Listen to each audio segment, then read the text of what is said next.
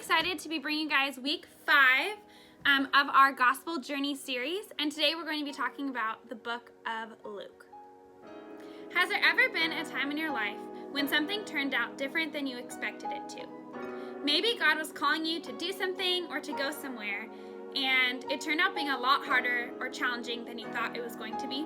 One time, I felt like God was calling me to go on a missions trip to Thailand, and I was really excited about it, and I had some expectations. And the trip ended up being completely different than that. It turned out being a lot more challenging spiritually, physically, and emotionally than I was expecting. There were times when I was afraid, I was scared, I was uncomfortable, and it caused me to have to rely on God way more than I thought I was going to have to. As Christians, God has a unique calling for each and every one of us, and when God calls us, we can do two different things. On the one hand, we can try to rationalize the call and think about, what would this look like? How would this play out? How would this work?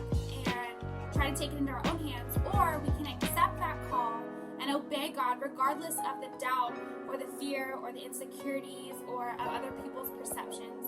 And throughout the Gospel of Luke, we see that Mary accepts faithfully and obeys the call that God has for her. But for Mary, accepting that call was not easy. It actually turned out to be a really difficult thing.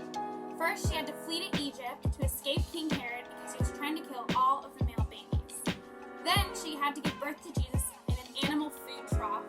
Then at one point, she literally lost Jesus for several days at a time. I think it was like 3 or 4 days. And then she had to watch her own son be beaten and mocked and scorned and hung on a cross and be crucified.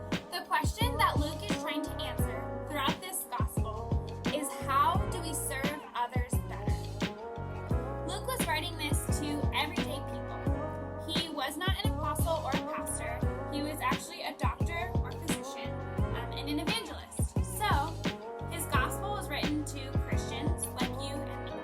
Sometimes when Jesus would help people, they were really thankful and grateful, and they would worship him in response.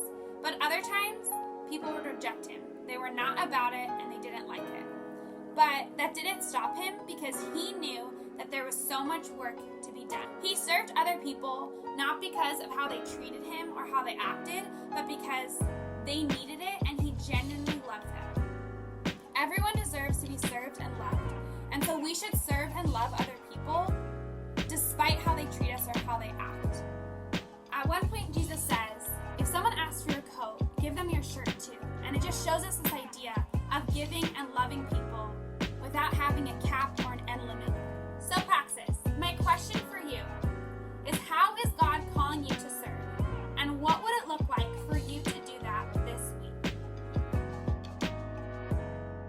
Hey, Chris Rodriguez here. Thank you so much for tuning in. Don't forget to join us Sunday nights at 7 p.m. Pacific Standard Time for our Zoom small groups. I hope to see you there.